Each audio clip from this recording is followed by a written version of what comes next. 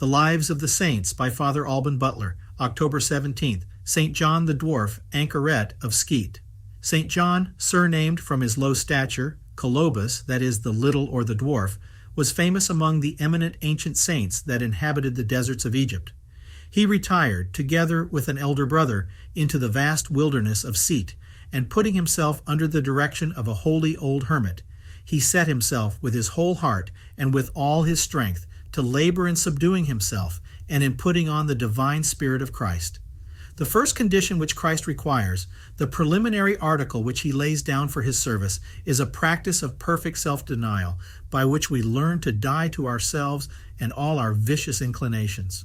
So long as inordinate self-love and passions reign in the heart, they cannot fail to produce their fruits.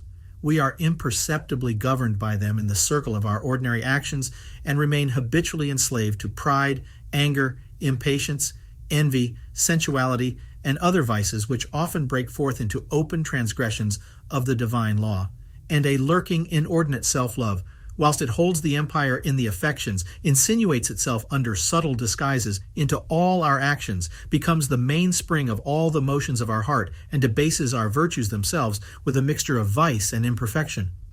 Virtue is generally defective, even in many who desire to serve God, because very few have the courage perfectly to vanquish themselves. It is strange that men should be so blind or so cowardly in a point of such infinite importance, since Christ has laid down the precept of perfect abnegation and humility as the foundation of the empire of his divine grace and love in a soul. Upon this, all the saints raise the edifice of their virtue. He who builds not upon it builds upon sand. He who, without this precaution, multiplies his alms, his fasts, and his devotions, takes a great deal of pains to lose, in a great measure, the fruit of his labors. Our holy Anchoret, lest he should be in danger of missing his aim, resolved to neglect no means by which he might obtain the victory over himself. The old hermit, who was his director, for his first lesson, bade him plant in the ground a dry walking stick which he held in his hand, and water it every day till it should bring forth fruit. John did so with great simplicity, though the river was at a considerable distance. It is related that when he had continued his task without speaking one word, in the 3rd year the stick, which had taken root, pushed forth leaves and buds, and produced fruit. The old hermit, gathering the fruit, carried it to the church, and giving it to some of the brethren, said, "Take and eat the fruit of obedience." Postumian, who was in Egypt in 402, assured St. Sulpicius Severus that he was shown this tree, which grew in the yard of the monastery, and which he saw covered with boughs and green leaves.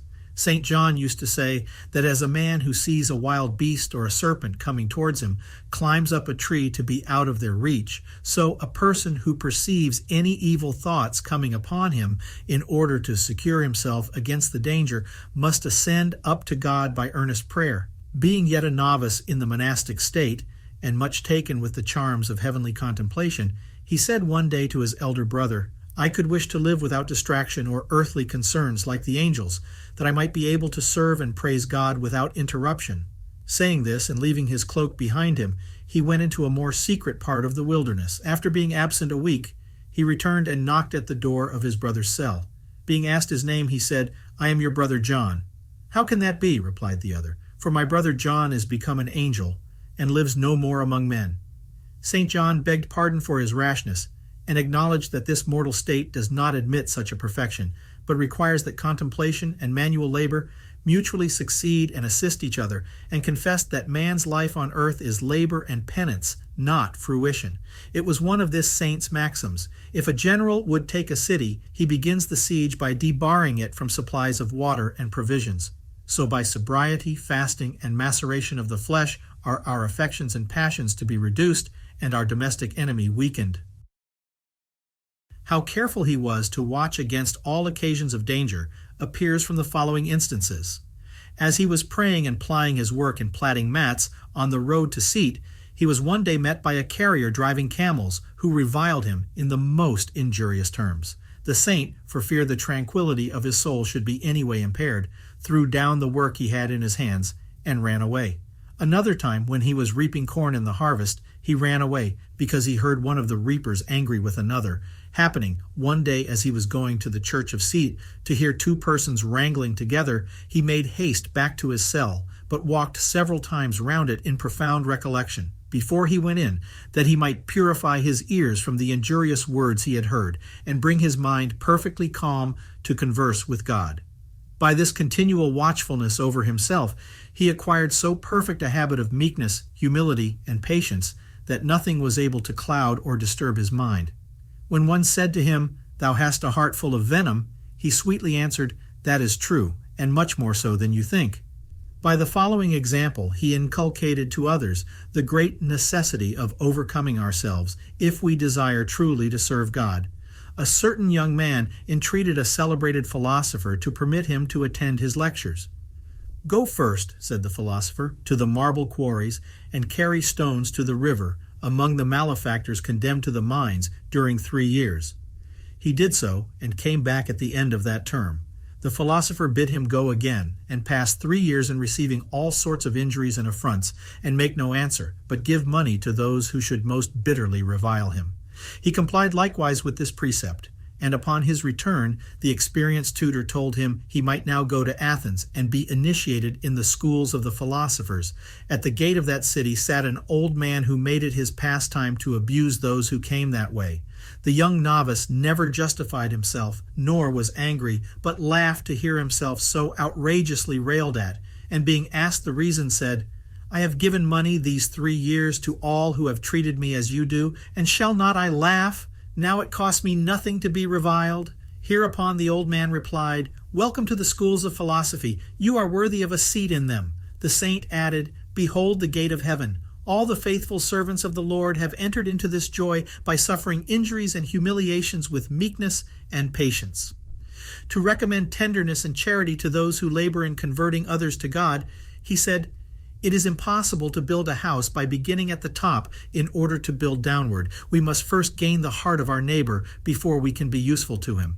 It was a usual saying of this saint, "The safety of a monk consists in his keeping always his cell, watching constantly over himself, and having God continually present to his mind." As for his own part, he never discoursed on worldly affairs, and never spoke of news, the ordinary amusement of the slothful. Some persons one day, to try him, began a conversation with him, saying, "We ought to thank God for the plentiful rains that are fallen this year. The palm trees sprout well, and our brethren will easily find leaves and twigs for their work in making mats and baskets." Saint John contented himself with answering, "In like manner, when the Spirit of God come down upon the hearts of his servants, they grow green again, as I may say, and are renewed, shooting, as it were, fresh leaves in the fear of God." This reply made them attempt no more any such conversation with him. The saint's mind was so intent on God in holy contemplation that at his work he sometimes platted in one basket the twigs which should have made two, and often went wrong in his work, forgetting what he was doing. One day, when a driver of camels or a carrier knocked at his door to carry away his materials and instruments for his work, St. John thrice forgot what he went to fetch in returning from his door, till he continued to repeat to himself, "The camel, my plaiting instrument." The same happened to him when one came to fetch the baskets he had made, and as often as he came back from his door, he sat down again to his work, till at last he desired the brother to come in and take them himself. St. John called humility and compunction the first and most necessary of all virtues. By the fervor and assiduity of his prayer and heavenly contemplation, all his discourse on God was inflamed. A certain brother coming one day to see him, designing to speak to him only for 2 or 3 minutes, being in haste to go back to his cell, so ardent and sweet was their conversation on spiritual things that they continued it the whole night till morning. Perceiving it day, they went out of the saint's cell, the one to return home, the other to conduct him some steps, and falling into discourse of heaven, their entertainment lasted till midday. Then St. John took him again into his cell to eat a morsel for his refection, after which they parted. St. John, seeing a monk laugh in a conference, sat down and bursting into tears said, "What reason can this brother have to laugh whilst we have so many to weep?" A certain charitable, devout young woman named Paisia, falling into poverty and gradually into a disorderly life, the monks of Scete entreated St. John to endeavor to reclaim her from her evil courses. The saint repaired to her house, but was refused entrance, till persisting a long time, and repeating that she would have no reason to repent that she had spoken to him, he got admittance. Then sitting down by her, he said with his accustomed sweetness, "What reason can you have to complain of Jesus, that you should thus abandon him, to plunge yourself in so deplorable an abyss?" At these words she was struck to the quick, and seeing the saint melt into tears, she said to him, "Why do you weep so bitterly?" St. John replied, "How can I refrain from weeping whilst I see Satan in possession of your heart?" She said, "Is the gate of penitence yet open to me?" The saint having answered that the treasures of the divine mercy are inexhaustible, she replied, "Conduct me whither you please." Hereupon he, rising up, said, "Let us go." The penitent followed him without saying another word, and without giving any orders about her household or servants, a circumstance which he took notice of with joy, as it showed how entirely she was taken up with the thought only of saving her soul.